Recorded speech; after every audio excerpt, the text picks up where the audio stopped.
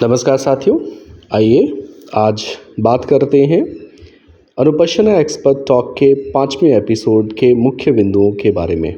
इस परिचर्चा में मुख्य वक्ता के रूप में भाग लिया था श्रीमान अतुल घुईखेड़कर साहब, जो कि रूरल चैम्बर ऑफ कॉमर्स के राष्ट्रीय अध्यक्ष हैं, और साथ ही एक अन्य वक्ता के रूप में हमारे साथ में जुड़े हुए थे प्रोफेसर संजय देशमुख साहब, और दोनों ही लोगों ने रूरल चैम्बर ऑफ कॉमर्स की जो उपलब्धियां हैं उसके बारे में सविस्तार चर्चा की।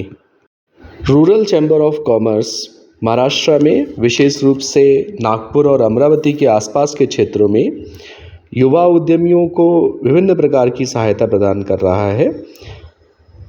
शुरुआत से लेकर उनके पंजीकरण की व्यवस्था या उनको व्यावसायिक गतिविधियों में जिस प्रकार का भी सहयोग चाहिए होता है, आर्थिक सहायता से लेकर अन्य टेक्निकल एक्सपर्टाइज तक, सभी व्यवस्थाएं रूरल चैम्बर ऑफ कॉमर्स उपलब्ध कराता है। और इसी बात को ध्यान में रखते हुए आज की इस परिचर्चा का आयोजन किया गया था, जिसमें हमारा मुख्य बिंदु ग्रामीण उद्यमिता, युवाओं के लिए चुनौतियां एवं अवसर।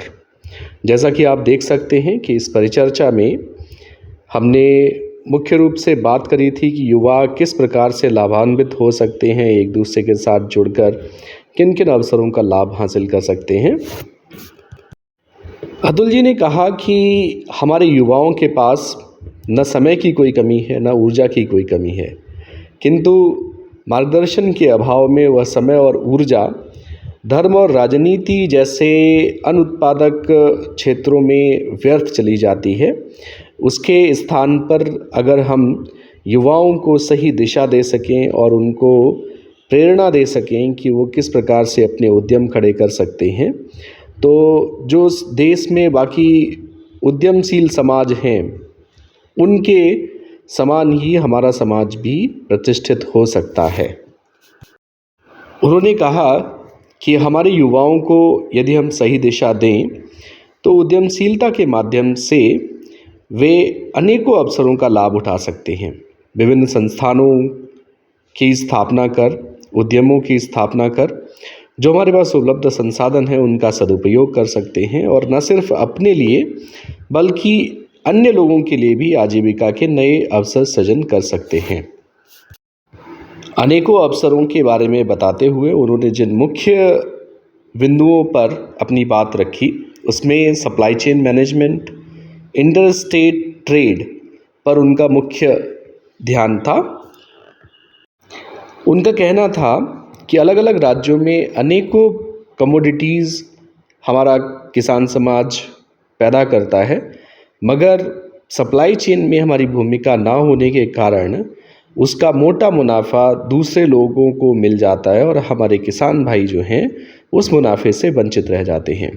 यदि हमारे युवा इन अवसरों का लाभ उठाएंगे, सप्लाई चेन मैनेजमेंट में अपनी भूमिका बनाएंगे, साथ ही अंतर्राज्यीय व्यापार की जो संभावनाएं हैं उनको अगर एक्सप्लोर करेंगे, तो कम समय में ही बहुत ज़्यादा मुनाफे के साथ में हम जो है वो अपनी आर्थिक स्थिति को सुधार सकते हैं। बहुत सारी कमोडिटीज़ ऐसी हैं जो महाराष्ट्र में बहुत आयात में हैं, बहुत सारी चीज़ें ऐसी हैं जो बाहर भेजी जा सकती हैं, और तमिलनाडु से भी बहुत सारी चीज़ें या तो मंगवाई जा सकती हैं या फिर बाहर भेजी जा सकती हैं। उसी प्रकार से उत्तर प्रदेश, आंध्र प्रदेश, बिहार और कई अन्य राज्यों में भी बहुत सारी संभावनाएं हैं जिनमें इंटर स्टेट ट्रेड को बढ़ावा देकर हम उन संभावनाओं से उचित अवसरों को उपलब्ध करा सकते हैं। रूरल चैम्बर ऑफ कॉमर्स पर बात करते हुए प्रोफेसर संजय देशमुख ने युवाओं के साथ जुड़कर किस प्रकार रजिस्ट्रेशन, वित्तीय सहायता, टेक्निकल सपोर्ट और उद्यमों के सफल संचालन में रूरल चैम्बर ऑफ कॉमर्स और दूसरे कॉन्फेडरेशंस किस तरीके से सहायता प्रदान कर सकते हैं, उस पर अपनी बात रखी। उनका कहना था कि कृषि आधारित उद्यमों की स्थापना कर हम एक मोटा मुनाफा अर्जित कर सकते हैं। उन्होंने बताया कि अमेरिका और चीन या यूरोप के कई देशों में प्रोसेस्ड फूड से किसान अच्छा मुनाफा अर्न करते हैं, किंतु भारत में मात्र 2% किसान ही ऐसे हैं जो शॉर्टिंग और प्रोसेसिंग के माध्यम से कुछ न कुछ अपनी एडिशनल इनकम को जनरेट कर पाते हैं। सहकारिता और सहभागिता के माध्यम से युवाओं को यह बहुत आसानी से समझाया जा सकता है कि समय और अपने संसाधनों का बेहतर उपयोग किस प्रकार किया जा सकता है। किस प्रकार से शिवकाशी तमिलनाडु की आतिशबाजी लोगों की आजीविका में सहयोग कर सकती है। किस प्रकार से महाराष्ट्र का संतरा जो है लोगों को आजीविका के नए अवसर प्रदान कर सकता है।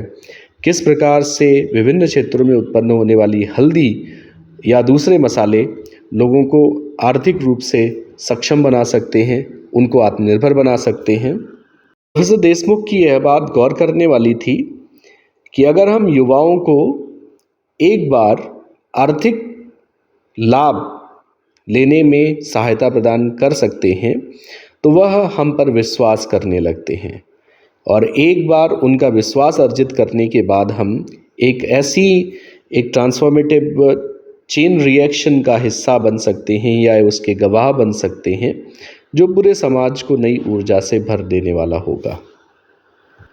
समय, संसाधन और ऊर्जा का सही प्रबंधन कर हम युवाओं को नई दिशा प्रदान कर सकते हैं, जो न सिर्फ उन युवाओं के लिए अपितु पूरे समाज के लिए एक मील का पत्थर साबित हो सकता है। यह वेबिनार अत्यंत सराहनीय रहा। इसमें डॉक्टर CL गंगवार साहब, डॉक्टर वीरपाल गंगवार साहब, श्रीमान JPS गंगवार साहब और अन्य प्रबुद्धजनों ने अपनी बहुमूल्य सुझाव हमें प्रदान किए और इसकी गुणवत्ता सुधारने में हमें सहयोग प्रदान किया। आप सभी सम्मानित साथियों का सहृदय आभार। बहुत बहुत धन्यवाद।